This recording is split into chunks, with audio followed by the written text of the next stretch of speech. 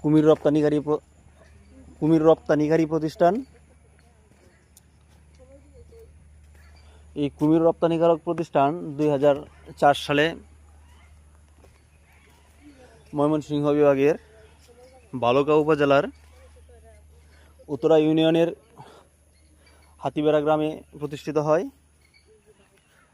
এটা reptiles farm নামে অধিক পরিচিত।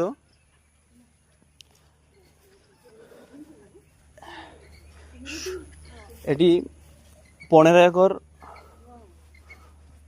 জমির উপর প্রতিষ্ঠিত এর রেপটাইলস ফার্ম, কুমির ফার্ম।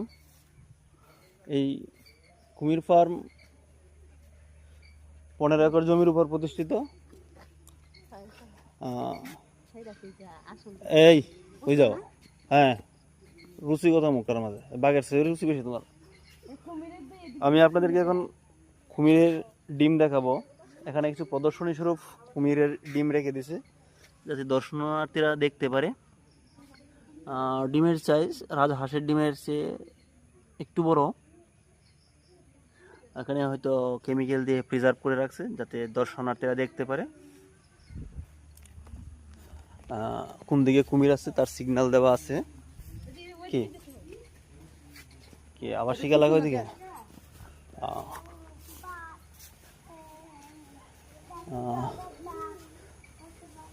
ফার্মের ভিতর কোনো কিছু টাচ করা যাবে না, সেই জন্য দিক নির্দেশনা দেওয়া আছে। এখানে কুমিরের অনেক প্রতীকী চিত্র দেওয়া আছে। তবে কুমিরের একটা প্রজেক্টের ভিতরে অনেক একটা বিশ্রী গন্ধ আছে। গন্ধটা হলো আপনার, হ্যাঁ, ওদের তো বালিশ দেওয়া নাই, হ্যাঁ, সবগুলাই। আমি আপনাদেরকে এখন কুমির প্রজেক্টের সেই কুমিরকে দেখাবো। হাই দেখাবো। হ্যাঁ, এই দেখেন কুমির রেপটাইলস ফার্মের রেপটাইলসের যে বাচ্চা আছে ওইগুলো। তবে এগুলো কিন্তু এতটা হিংস্র, কিন্তু অত্যাধিক হিংস্র না।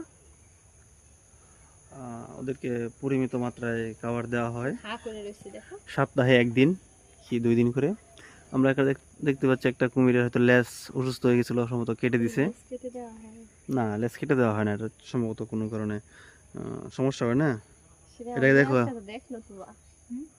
হ্যাঁ, এই যে এগুলো কিন্তু হা করে আছে। যখন হা করে থাকে তখন বোঝা যায় যে ভিতরে কোনো ছিদ্র নাই।